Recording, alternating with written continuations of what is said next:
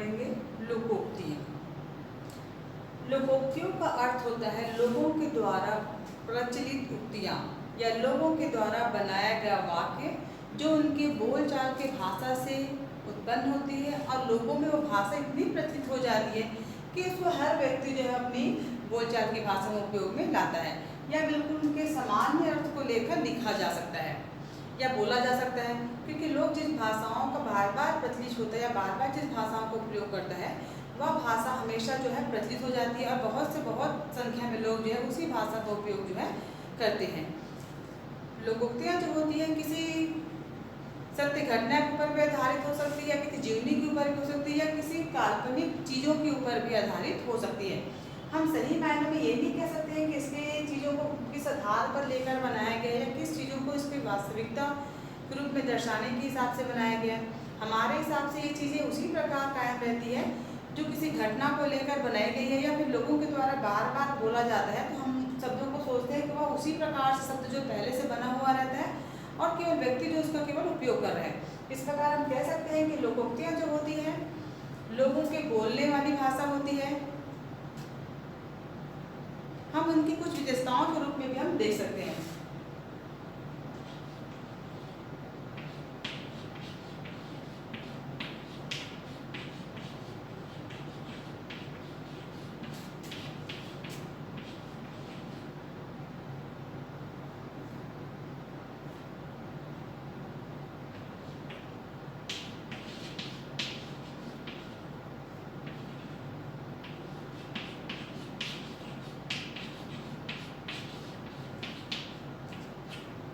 लोकोक्तियों की विशेषताएं।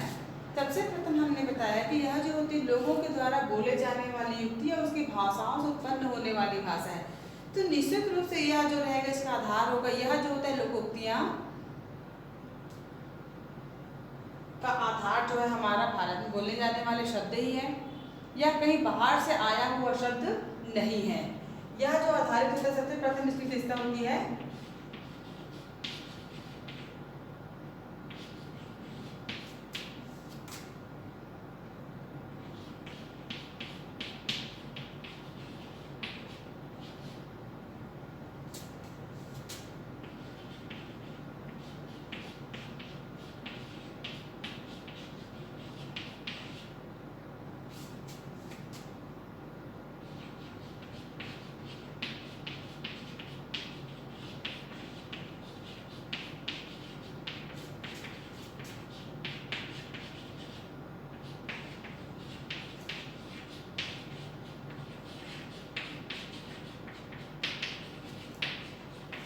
यह लोगों के द्वारा बोली जाने वाली भाषा से उत्पन्न भाषा है। इसके लिए ना तो हमें किसी और चीज़ों को जानने की आवश्यकता है और ना इसके लिए हमें किसी दूसरे भाषा का ज्ञान लेने की आवश्यकता नहीं। ये चीज़ें हमेशा जब बार बार लोग अपनी भाषा में बोलते हैं तो वह भाषा बोली न रहकर एक लोकोक्तियों के रूप में उसका महत्व होने लग जाता है और जिसको हर एक समुदाय ये कहना चाहिए आसपास रहने वाले जो भी क्षेत्र में जिस भाषा का उपयोग होता है उस भाषा का प्रभाव भी इस लोकोक्तियों में देखने के लिए मिलता है।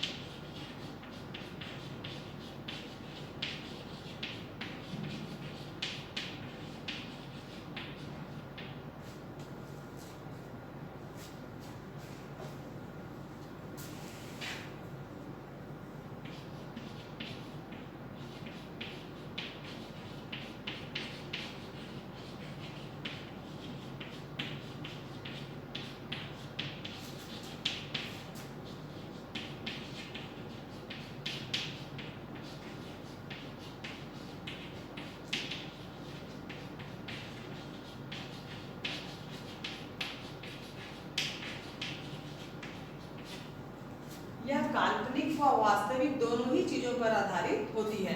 हम कह सकते हैं कि हमारी जो लोकोक्तियाँ होती है इसका आधार वास्तविक भी हो सकता है और कुछ काल्पनिक के ऊपर भी आधारित हो सकता है। हर चीज़ का वास्तविकता से लेकर या उनको जोड़कर देखना यह भी गलत होगा, और हर चीज को काल्पनिक के साथ जोड़ना भी गलत होगा। इसमें कुछ चीजें सही तौर पर गुजरी हुई बातों के ऊपर आधारित होता है, और कुछ चीजें जो हमारी काल्पनिक या हमारी सोच के ऊपर भी आधारित होता है। अगला नंबर रहेगा इसमें, मुहावरे के वाक्य बड़े होते हैं। इसमें जो लोकोक्तियों के वाक्य होते हैं वो बड़े होते हैं।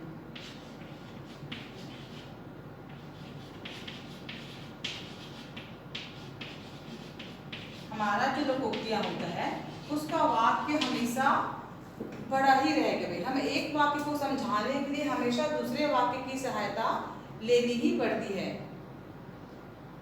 हम अपनी बात को छोटे वाक्य में नहीं कह सकते, हमेशा इसके वाक्य जो होता है बड़ा ही रहेगा।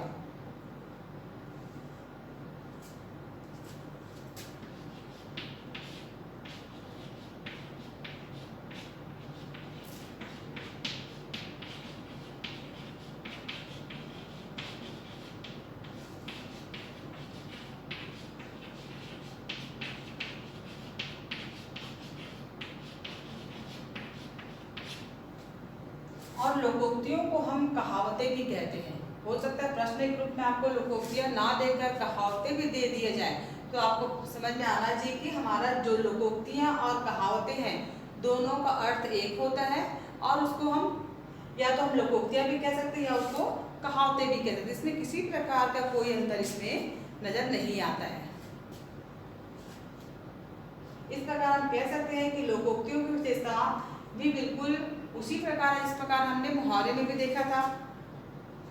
इनके वाक्य जो है लोगों के द्वारा बोलने से उत्पन्न होती है, यह काल्पनिक और वास्तविक दोनों चीजों पर आधारित हो जाती है। इसमें बड़े वाक्य होते हैं और इसको हम कहावतें भी कहते हैं। इस प्रकार ये इसकी विशेषताएं भी होती है, और हम दोनों की चीज में इस प्रकार से हम अंतर भी स्पष्ट कह सकते हैं कि हमारा मुहावरे और लोकोक्तियों में अंतर क्या है।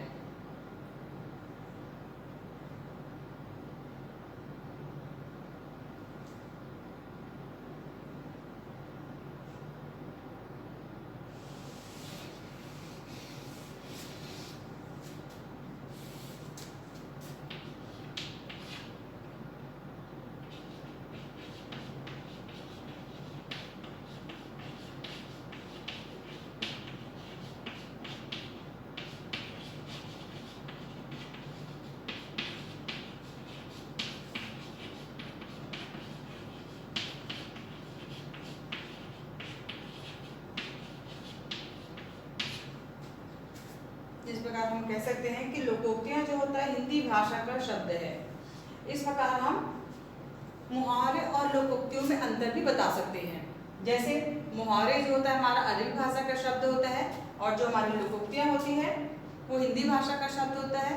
मुहावरे के वाक्य जो होता है छोटा होता है, और जबकि लोकोक्तियों के वाक्य जो है बड़े होते हैं।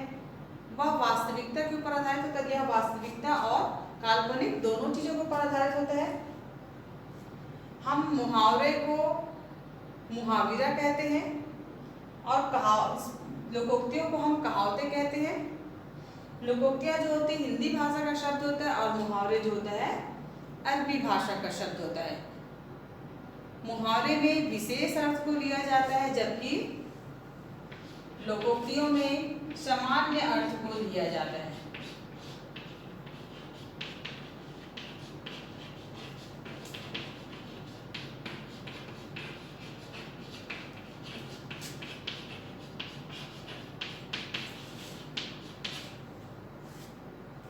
हमेशा जो रहेगा लोकोक्तियों में अब इसमें सामान्य अर्थ को लिया जाता है।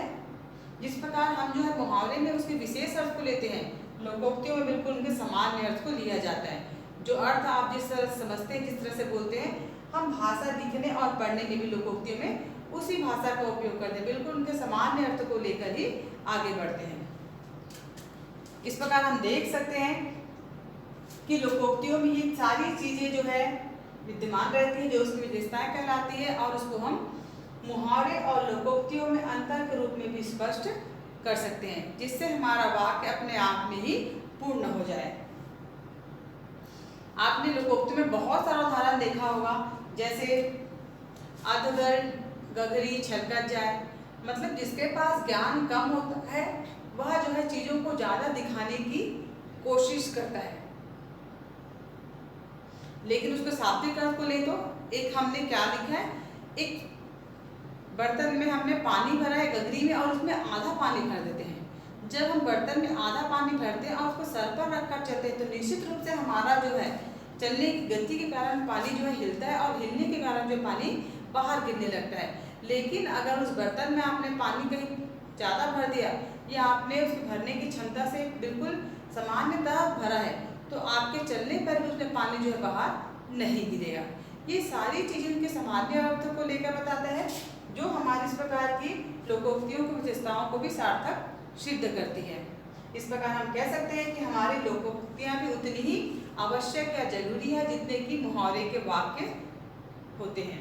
अपनी बात को कहने के लिए किसी चीज़ को आधार बनाने को सकता नहीं है। लोगों के द्वारा बार बार बोलने से इसकी उत्पत्ति होती है और लोकोक्तियाँ जो कि सामान्यतः एक जगह जो है कि किसी क्षेत्र में ही बोली जाती है।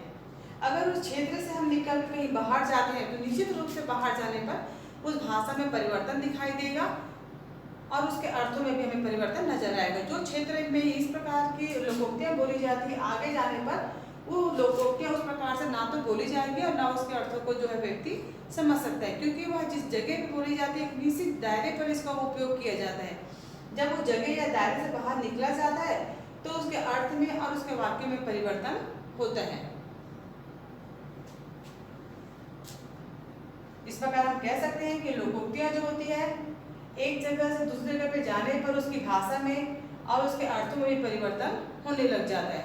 वहाँ रहने वाले लोग नई चीज़ों को बोलते हैं तो वहाँ पर जाने पर उसके अर्थ में और उसके बोले जाने वाली भाषा में निश्चित रूप से परिवर्तन हमें दिखाई देगा।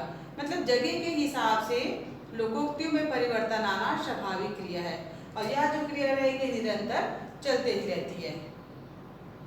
इस प्रकार लोकोक्तियाँ जो होती है किसी के कहने पर या किसी के द्वारा बनाई गई एक स्थान पर बोले जाने वाली युक्तियाँ होती हैं जो समय और जगह के हिसाब से उसमें परिवर्तन हर बार बार आता ही रहता है।